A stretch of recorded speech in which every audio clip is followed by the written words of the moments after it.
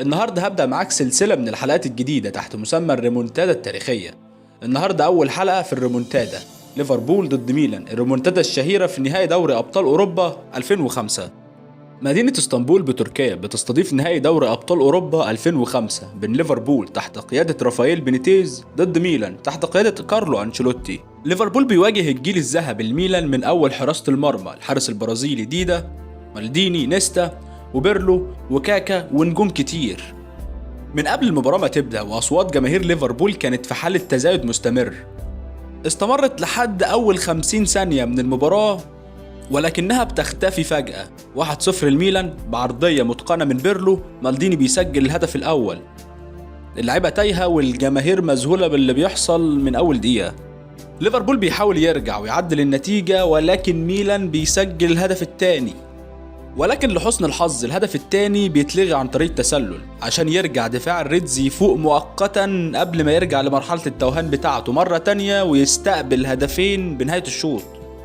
بيخلص الشوط الأول 3-0 والمهمة اتصعبت جدا على ليفربول واللعيبة بترجع غرف الملابس بتاخد دش سخن. دخل ليفربول الشوط الثاني وكأنه لسه واصل اسطنبول حالا وظهر بشكل مختلف تماما عن اللي ظهر بيه الشوط الأول. 6 دقايق فقط كانت كفيلة تغير كل شيء وبترجع المباراة لنقطة الصفر. الدقيقة 54 من عرضية رائعة، جيرارد بيسجل الهدف الأول وبيرجع في المباراة وبيرجع الفريق وبيدي نقطة الأمل مرة تانية لليفربول.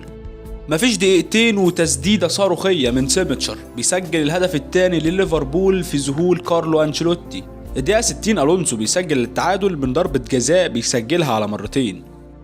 72,000 مشجع نصهم بيبكي من الفرحة والنص التاني بيبكي من الصدمة. جماهير ميلان البطولة اللي كانت بين ايديهم فجأة بقت تضيع منهم بكل سهولة.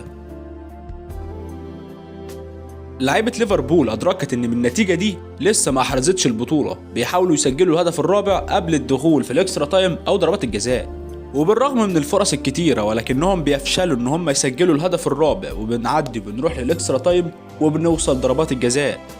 لاعبي ليفربول كانوا بيطلبوا من الحارس دوديك انه يحرك ايده ورجله بسرعه قبل تسديد لاعبي ميلان ضربات الجزاء بتاعتهم علشان يأثر على تركيزهم. بالفعل اهدر سيرجينيو الركله الاولى لميلان ومن بعده بيرلو وبيسجل هامان وسيسيه لليفربول. الموضوع قلب دراما تماما على فريق ميلان قبل ما يسجل توماسون الركله الاولى وبيضيع ريسيه لليفربول علشان يسجل كاكا الركله بتاعته، وبترجع امال ميلان في البطوله قبل تسديد شيمستر الركله الرابعه بتاعته وبيضيع تشيفتشينكو الركله الخامسه، وبتنتهي الامور وبيفوز ليفربول بالبطوله. بطوله عظيمه جدا لليفربول وسيناريو اعظم بعد ما كان الموضوع بقى شبه مستحيل ضد واحده من افضل نسخ ميلان، خاصه بعد ما تتاخر ب3 أهداف في شوط واحد. حكايه لا تنسى لجماهير الريدز وصدمه وسيناريو لا ينسى لجماهير ميلان. واخيرا دعمك مهم، ما تنساش اللايك والشير والسبسكرايب، وقول لي عاوز تسمع ريمونتادة مين المرة الجاية.